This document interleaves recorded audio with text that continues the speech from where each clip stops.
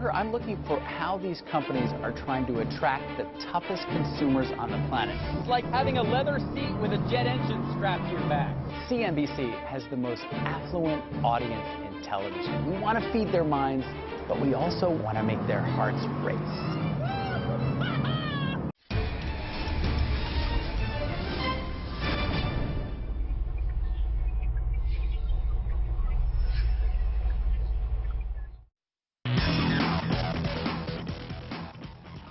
And maybe the country's first democratic election since military rule, but it seems like control could stay with the army, with Thailand's pro-military party leading the polls.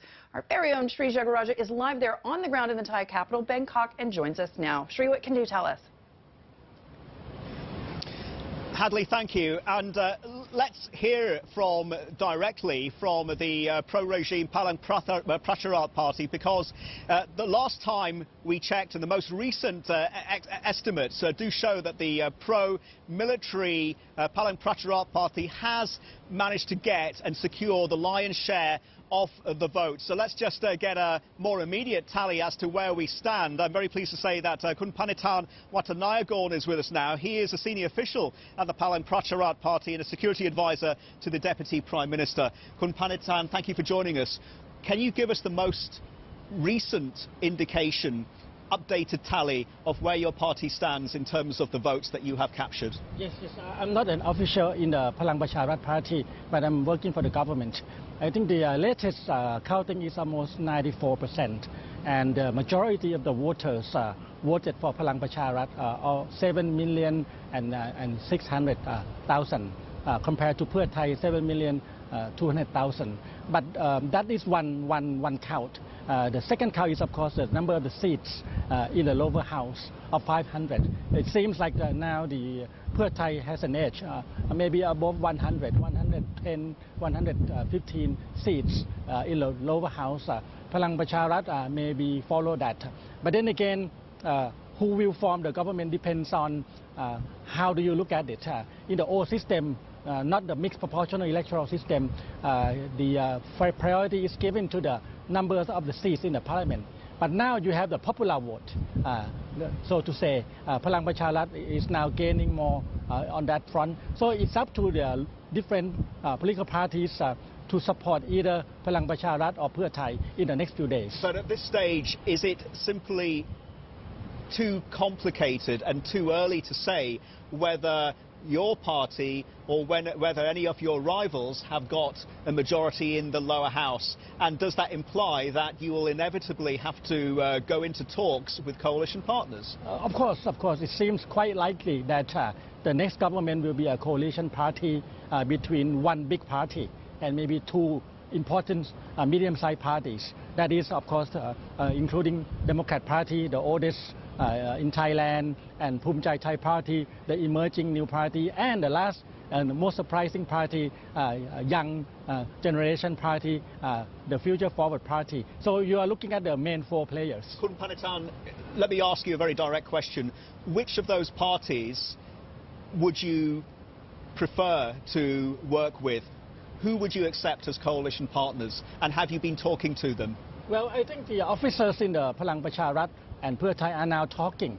They admitted late last night that they are now talking to all parties. But it seems like only one or two parties will make a coalition completed. On one side, the pro-Pheu Thai, I think the new forwarded party. On the other side, Democrat Party, leaving Phumjai Thai swinging. So it seems like quite likely that Phumjai Thai will be a decisive force. Either camp, if they move into that. Do you have any indication which way? Because I've heard about the decisive factor that Phumjai Thai represents.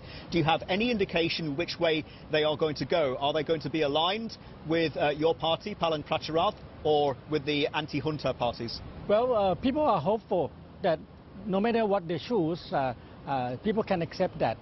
By accepting the majority of the vote, Palang Pracharat, I think if they move that way, it will be more smoother transition. But then again, this is parliamentary system. The final analysis is whoever gains majority of the seats will form the government. So Phumjai Thai will be very hard at work today and the next few days to make sure that they Of course. they coordinate and communicate with all supporters. These coalition talks are going to be tricky. They're going to take time. Are we looking at the prospect of a hung parliament in Thailand? I don't think so, because I think it's quite likely that Phum Chai Thai, before the election took place, they're in communication with Palang Pracharat already. They're traditionally very close, to the many elements from Palang Pracharat, yes, which also moved away from Pheu Thai in the last election. Okay, Kun Panitan, I must ask you a very direct question. This election is perceived as not democratic because of the flawed constitution. Many Thais are talking about this. It gives your party an inbuilt advantage because of the 250 senators that are selected by the regime. When it comes to deciding the Prime Minister, The Economist magazine has even gone so far as to say that this is a rigged election. Well, what do you say to that? The Economist got the name of the Thai Prime Minister wrong. They call our Prime Minister President. So that's one thing that you need to keep in mind, that our system is complicated. It's not easy to understand. But nevertheless, the people have spoken.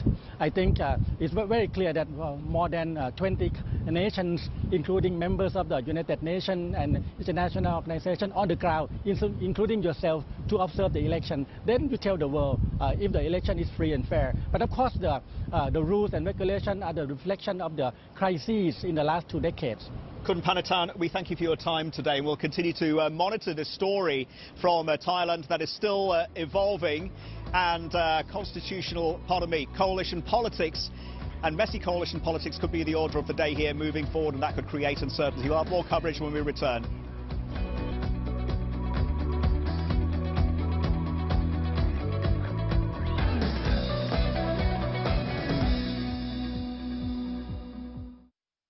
Welcome to the future, the gateway to potential and possibilities.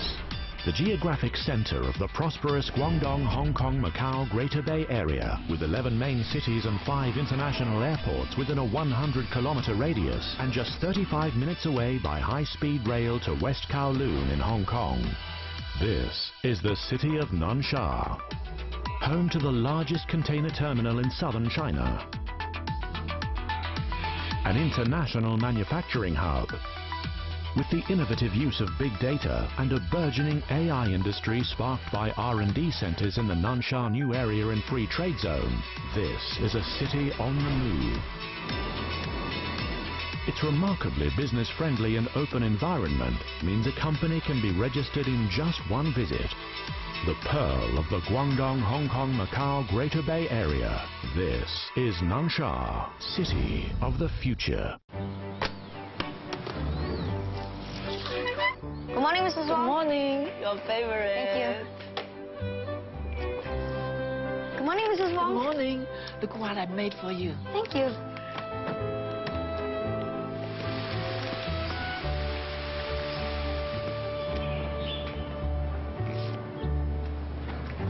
Mrs. Wong? Help! Help!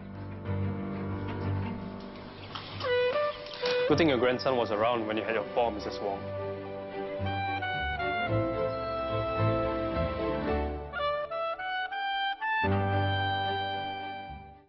The CNBC Disruptor 50 is a list of the private companies that are disrupting existing industries or creating entirely new ones. We can't go public until we're flying regularly to Mars. This list celebrates entrepreneurs and helps keep our viewers ahead of the game. Welcome back to the show. Well, let's give you another look at how the Asian markets are tracking, off to a negative start this week as investors try and shrug off fears of a looming US economy. You can see the Japanese market off by about 3.3%. Let's get back out to Nancy Hungerford, live on the ground at this year's Credit Suisse Asian Investment